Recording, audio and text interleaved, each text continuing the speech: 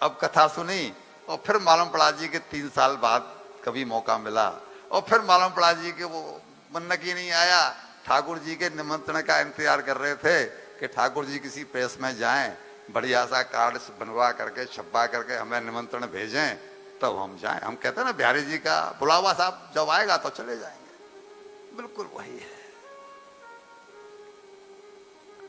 भैया जी समझ जाओ ये मौके कथाओं के बार बार बिना प्रारब्ध के मिलते नहीं, और जब मिल जाएं तो चूको मत। जैसे कन्या का विवाह हो जाता है तो वो कन्या घर की नहीं रह जाती, फिर क्या हो जाती है, बोले ससुराल की हो जाती है। जैसे कन्या घर की न होकर के ससुराल की हो जाती है, वैसे ही अगर एक बार भजन में लग गए, कीर्तन में लग गए, कथा सत्संग में लग गए तो फिर किसके हो जाएंगे, वो घर के नहीं रहेंगे, फिर भगवान के हो जाएंगे। फिर तब बहू बेटों की गरज उतनी नहीं रहेगी, बहू बेटों की गरज तब उतनी नहीं रहेगी। क्यों? क्योंकि रास्ता देख लिया, रास्ता देख लिया। एक बात हम आपसे पूछते हैं साहब कि सुसाइड के केस अमेरिका में ज्यादा होते हैं कि इंडिया में, मतलब विदेशों में ज्यादा होते हैं कि इंडिया में?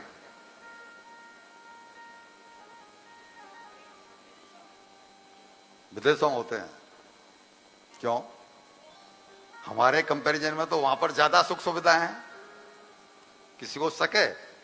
हम इंडिया के कंपैरिजन में वहां पर ज्यादा सुख सुविधाएं हैं, वहां ज्यादा गोरे चिट्टे लोग होते हैं, भोग विलास ज्यादा हैं, इसके बावजूद भी सुसाइड के केस विदेशों में होते हैं। उसके पीछे एक ही कारण है कि वहां के लोग जो सुख ढूंढते हैं, जो आनंद ढूंढते हैं, जो मजा ढूंढते हैं, वो या तो बोटलिंग में या टोटलिंग में या फिर होटलिंग में। हमारे लोग क्यों सुसाइड कम करते हैं? बोले बुढ़ापा हुआ, शास्त्रों ने कह रखा है 50 की उम्र में, 55 की उम्र में, 60 की उम्र में अपना भजन करने निकल जाओ। किसी भी धाम में फ्लैट खरीद लो, नहीं तो किराए पे जगह ले लो, आश्रम दुनिया भर के बने हुए हैं, कहीं भी जाकर के भजन करो। आत्महत्या करें तुम्हारे दुश्मन, तुम्हें क्या जरूरत पड़ रही है? वो क्या करें जब बोतल भी सपना छोड़ देती है, टोटल बनना बंद हो जाता है, होटलिंग सब खत्म हो जाती है, तब क्या करें? बोले जीवन का कोई मतलब नहीं है, जहर पियो और मर जाओ। इस स्थिति से निकलने के लिए अभी तो समय है, बाद में समय नहीं रहेगा। जैसे जैसे उम्र बढ़ती जा रही है वैसे वैसे। बैठिए प्रभु जी, बैठिए।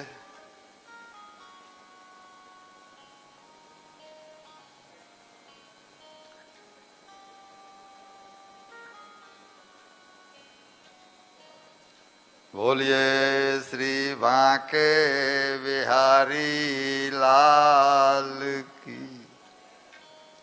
गोयल जी, गोयल जी, अब अगर देर कर दी तो मालूम है क्या होगा?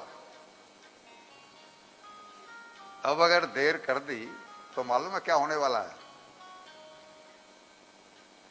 जब उम्र और बढ़ जाएगी, अभी तो चल फिर रहे हो हाथ पैरों से, जब उम्र और बढ़ जाएगी तब इत्र की नहीं, तब इत्र की नहीं, आयोडेक्स की खुशबू आएगी। अभी जो खुशबू आ रही है वो इत्र की आ रही है, तब आयोडेक्स की खुशबू आएगी।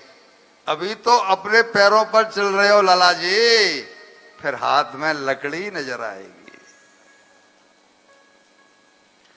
इसलिए भले ही पिकनिक मानकर ही चले आया करो, किंतु आदत बना लो कथा सत्संगों की, क्योंकि अभी तो चेहरे पर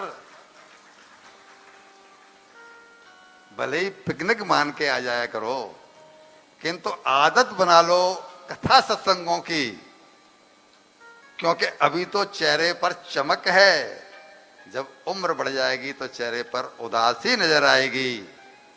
अभी तो स्मरण शक्ति भी साथ दे रही है। कथाओं की सीख को सुन करके अमल में ले सकते हो, फिर तो मुंह में नकली बत्ती सी और कानों में मशीन नजर आएगी।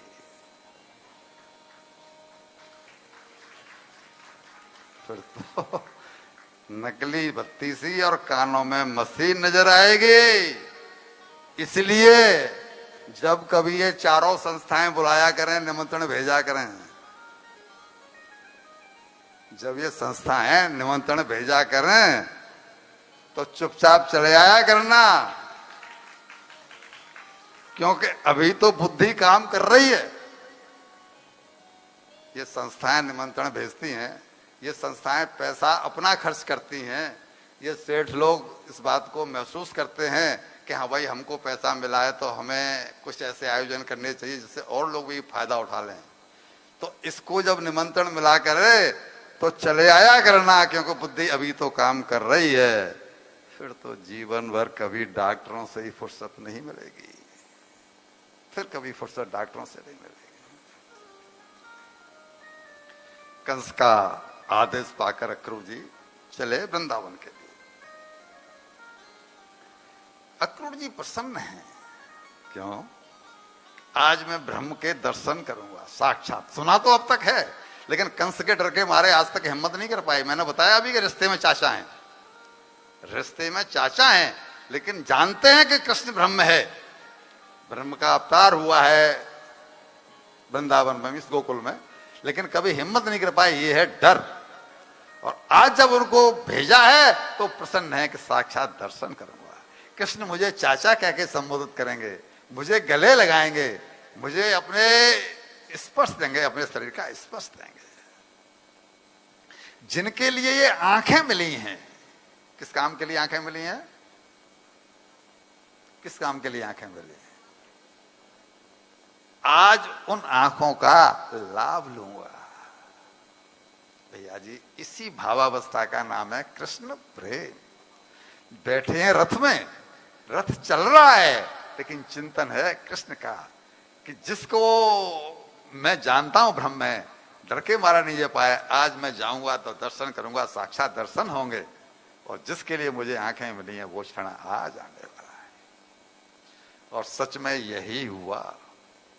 जो जो सोचते जा रहे थे कृष्ण मुझे चाचा कहेंगे, कृष्ण मुझे गले से लगाएंगे, भगवान तो अंतर्यामी है, नहीं है?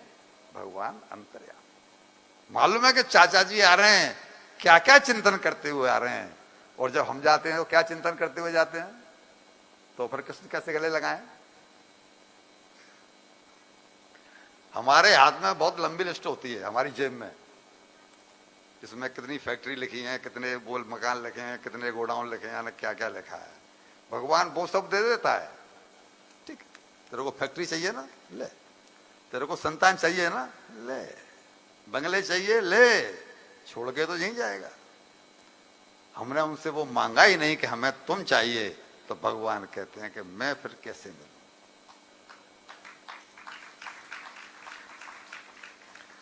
ठाकुर जी की चाचा के चरणों में लिपट गए। चाचा जी, मैं कब से इंतजार कर रहा हूं आपका आगमन का, आप कभी आए नहीं।